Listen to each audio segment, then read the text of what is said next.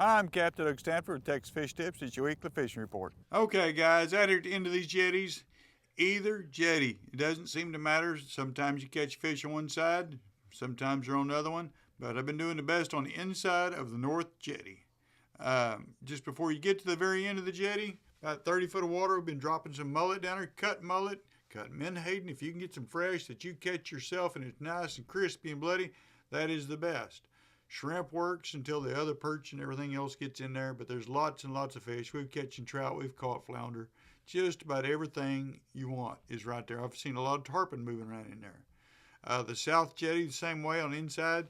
Try to stay away from that barge that's out there working on it, but we've been fishing pretty close to it, and it hasn't hurt the fishing. They're still there. Inside and outside of that south jetty, either one. I've seen more tarpon on that north jetty than the south jetty for some reason, but there's lots of fish there, and be careful and get out there and get after them.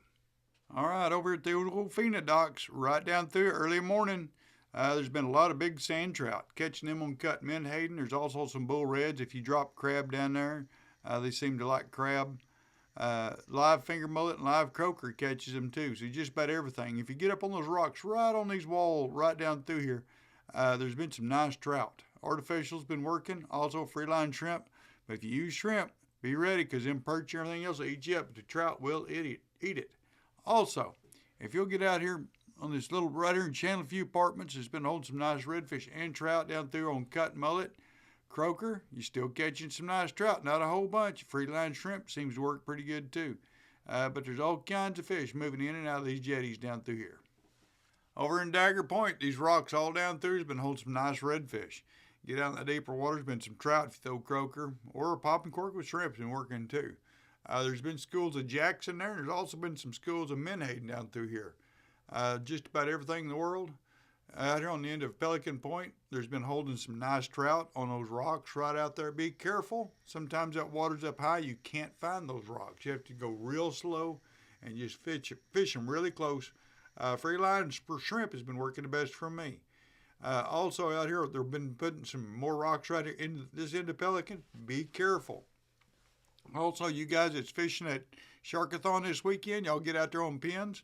Go have a good time, but be careful. Pick up a lot of trash and be nice to one another. But it is a great deal. If you had never seen it, get out there and go see all those guys out there catching a big shark.